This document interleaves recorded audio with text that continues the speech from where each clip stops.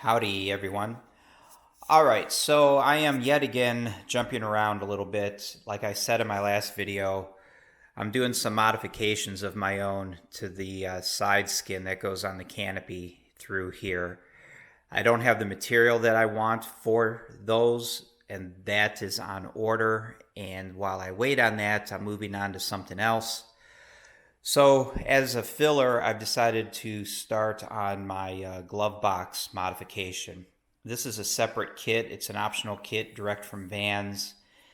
And like most of their kits, it includes some written instructions, a print, and then of course all the various hardware that you need to build it.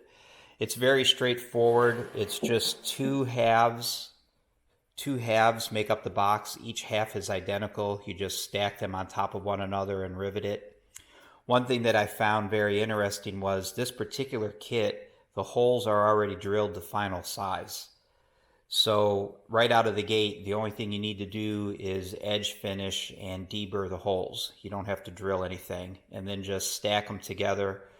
Look at the print, and especially look at the pictures to get an idea of how the box fits together, and then just rivet it, which I've already done. So the box is ready to go.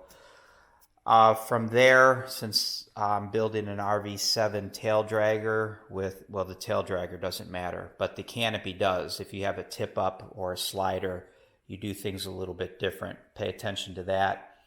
Pay attention to the rivet callouts because they are different depending on what you're riveting.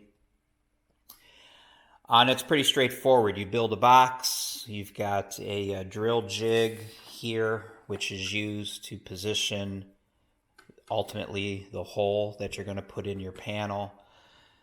There's a door and some support angles. So I don't know that I'll get into this very deep as far as making a video because I think it's pretty straightforward. If you've gotten to this point where you're building the fuselage and building the canopy, I don't know that I need to instruct you on how to build a simple glove box, but if I come across something that stands out, I'll let you know. Other than that, I probably won't come back to this until it's finished and installed.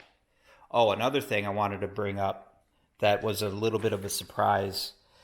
If you're doing a tip-up canopy, right here, this picture right here, it says if you're doing a tip-up canopy, you have to add this reinforcement angle to the fuselage, which is depicted right here. I thought that was mildly interesting. But anyway, like I said, pretty straightforward stuff, pretty simple. If nothing out of the ordinary presents itself, I'll probably just come back to this when I'm finished and do a little bit of a wrap up. All right, talk to you guys later. Howdy everyone.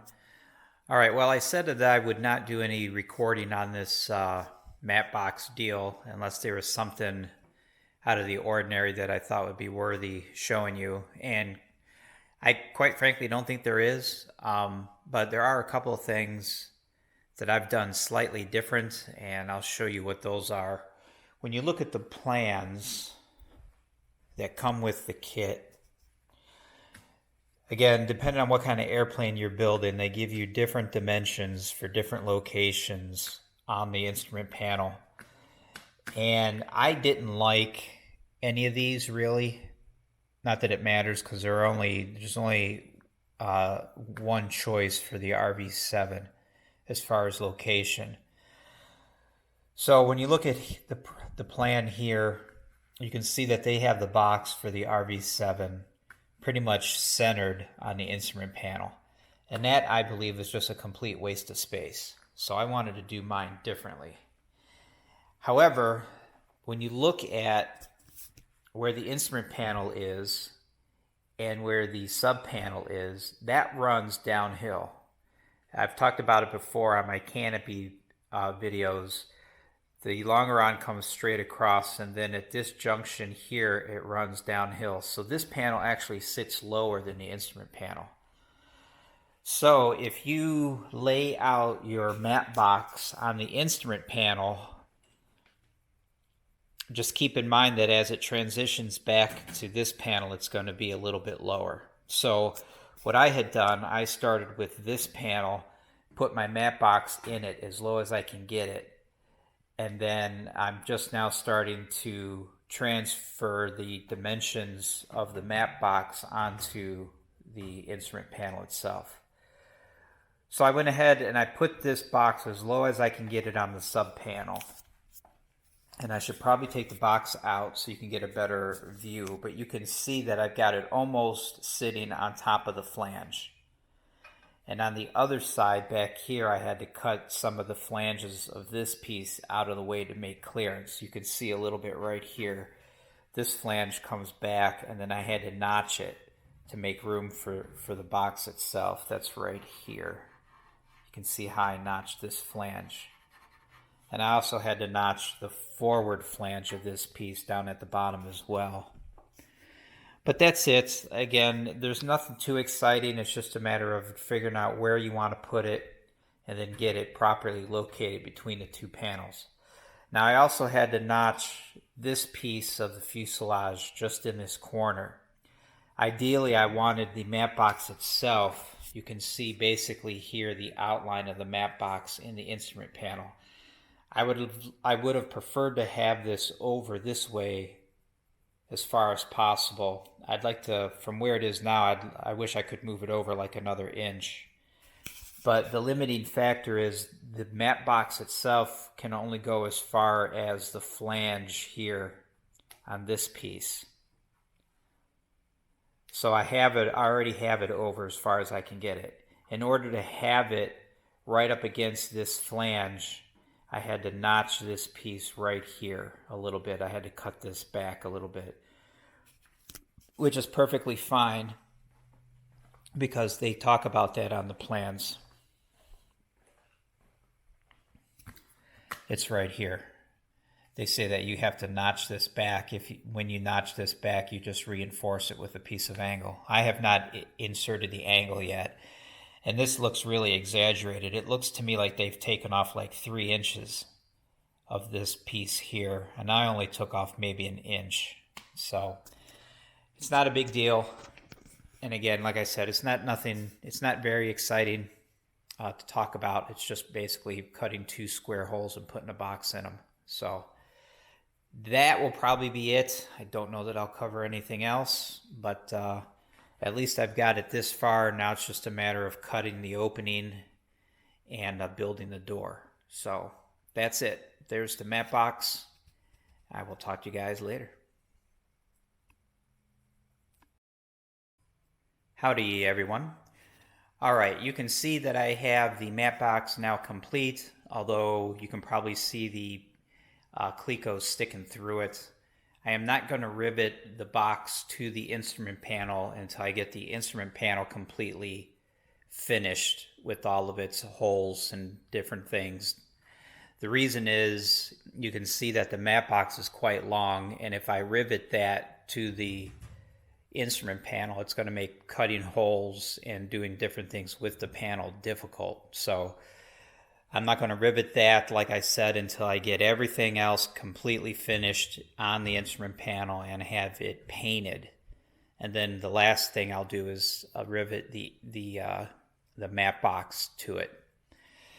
The other thing that I've decided to do is go ahead and rivet this forward structure. So this is completely riveted in place now, except for these front rows of clecos here. I still have to do these, and I also have to rivet these couple of angle brackets for the instrument panel. I'm going to do that next. I am not going to rivet these quite yet because on this side, Vans sells a pressure sensor manifold. And the part number is VA168. And that gets bolted using some of these holes. And I don't know if I'm going to use that, and if I do use it, I don't know if I'm going to put it on this side or on that side. So I'm not going to do any of these. So like I said, next up will be these couple of rivets and then the angle brackets on both sides for the instrument panel. And then I still have some other loose ends I kind of want to take care of before I get back into working on the canopy frame. I think I'm going to add a light for inside of the mat box with its own on and off switch. And I also want to do the reinforcement option that goes underneath this skin on the canopy frame. Up underneath here, there's reinforcement aluminum. I had started on it and didn't like how it came out, so I started over. Not on this skin. The other frame that I had started on that and I didn't like it. And then I had all these extra holes in the skin that were junk. So that's another reason why I trashed that whole assembly and started over with this one. But before I put this back on the airplane and before I go back to working on the side skins for these rails, I'm going to go ahead and do that reinforcement option up underneath the canopy. So I have that to do, and like I said, I'm gonna put a light in here on its own switch. I'm going to do that little bit, the little bit of riveting that I just talked about. And I think at that point I can get back to the canopy side rails. So that's about it. I fooled around with the mat box door, and I ended up making it a little, actually I cut the opening for the mat box a little too big in the instrument panel itself. So the supplied door that came with the mat box kit was a little too small. So I made a new one from scratch, and this is it. And I've already painted it because, like I had mentioned before, I personally kind of like the look of painted metal with bare rivets rather than having the rivets painted. So I went ahead and painted the door. That way I can go ahead and rivet it to the hinge after the fact. So I'm just making sure this is good and dry, and then I'll rivet the hinge to it. So that's it. That's all I've been working on so far. Like I said, a couple more loose ends, and then I'll get back to the side skins on the canopy. All right, steady as she goes, guys. Talk to you later.